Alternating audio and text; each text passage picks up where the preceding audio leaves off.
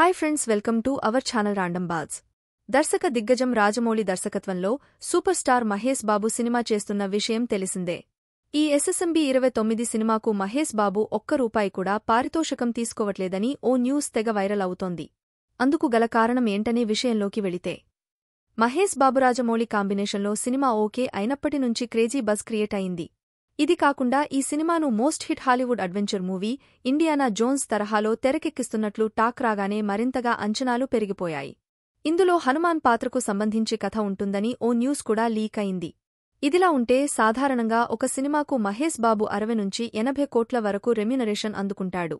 అలాంటిది రాజమౌళి సినిమాకు ఇంకా ఎక్కువ పారితోషికం అందుకునే అవకాశం ఉందని సినీ విశ్లేషకులు అంచనా వేశారు.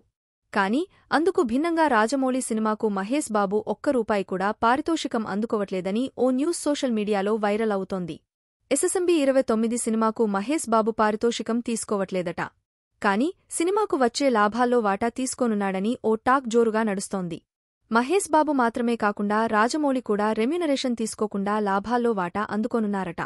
ఇలా చూసుకుంటే పారితోషికం కంటే లాభాలు ఎక్కువగా ఉండే అవకాశముంది.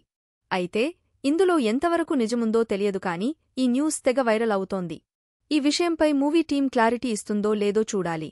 కాగా రాజమౌళి, మహేష్ బాబు కాంబినేషన్లో తెరకెక్కుతున్న ఎస్ఎస్ఎంబీ 29 సినిమాను సుమారుగా 1000 కోట్ల బడ్జెట్తో తెరకెక్కిస్తున్నట్లు తెలిసిందే.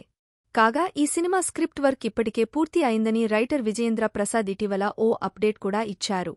అంతేకాకుండా ఎస్ఎస్ఎంబీ 29 సినిమా కోసం మహేష్ జర్మనీ కూడా వెళ్లినట్లు తెలుస్తోంది. ఇలా రోజుకో అప్డేట్తో ఎస్ఎస్ఎంబీ 29 మూవీపై అంచనాలు పెరిగిపోతున్నాయి.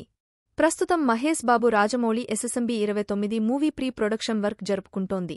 ఈ మూవీలో హీరోయిన్స్ ఎవరనే విషయంపై చాలా రూమర్స్ అయితే వినిపిస్తున్నాయి.